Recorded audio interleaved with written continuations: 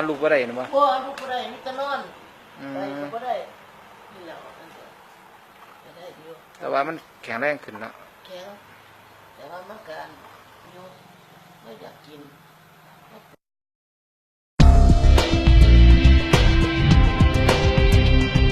ที่บ้านนั่นแหละมึงไข่กินเขาก็แซ่บอ้วนแล้วนึงน่ะ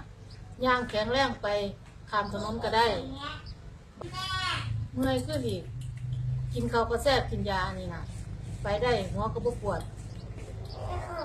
ตะกี้สอดยาใจดิ้นมันบ่ได้สอดแล้วครับแข็งแรงดีนะครับเนาะแข็งแรง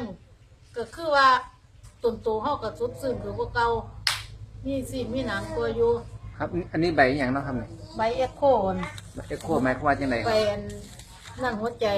เพิ่นว่ามันยั่งบ่บัดนี้มันบ่ยั่งมันหายดีแล้วเพิ่นว่าแต่ก่อนนี่เป็นโรคหัวใจตีบเส้นเลือดในหัวใจต้องกินยานี่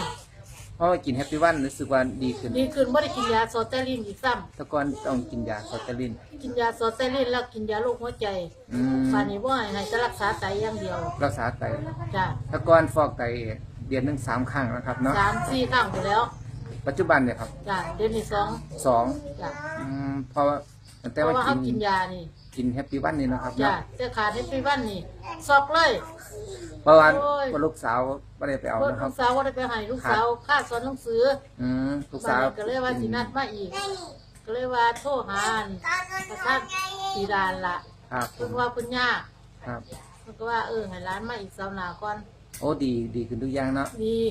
เลือดก็ดีบ่ได้ฉีดยาเพิ่มเลือดตะก้อนนี่ครับตะก้อนฉีดเข็มละ700ปัจจุบันไม่ได้ฉีดบ่ได้ฉีด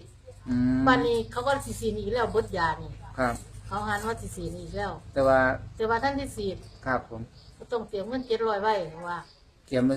700ค่าพวกไต1,500ครับวันพฤหัสนี่ครับผมจังว่าเขาไปกินยาก็บ่ได้นั่นครับผมกินมื้อนี้ไปวันพฤหัสก็คือรู้ผลครับผมบ่ได้นั่นดอกบ่ได้ฉีดหมอก็สิตรวจเลือดเบิ่งเลยเขาเสียบเข้าเส้นเลือดนี่ก็ไหลออกมาก็สิรู้แล้วว่าเลือดดีบ่ดีตะก้อนนี่หลังอยู่หลังมือนี่จะหลังมือนี่เปื่อยตะก้อนเปื่อยนะครับเนาะเปื่อยอยู่นี่ก็เปื่อยนี่ครับเปื่อยบ่นี่แผลแห้งแล้วแต่กินแฮปปี้วันเนาะจ้ะแฮปปี้วันแห้งดีโป่งดีเนื้อตะกี้สิเปื่อยเห็นบ่สันผักก้อนน่ะบ่ออกจากมือจักเทื่อครับหมอก็จนว่าโอ้ยคือออกได้ยาย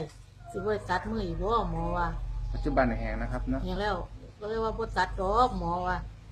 อย่าตัดให้เถาะเลยว่าสิจะเคยฟอกไตเดือนละ3 ครั้งหรือ2 ครั้งนะครับ2 ครั้งแล้วเดือนครับผม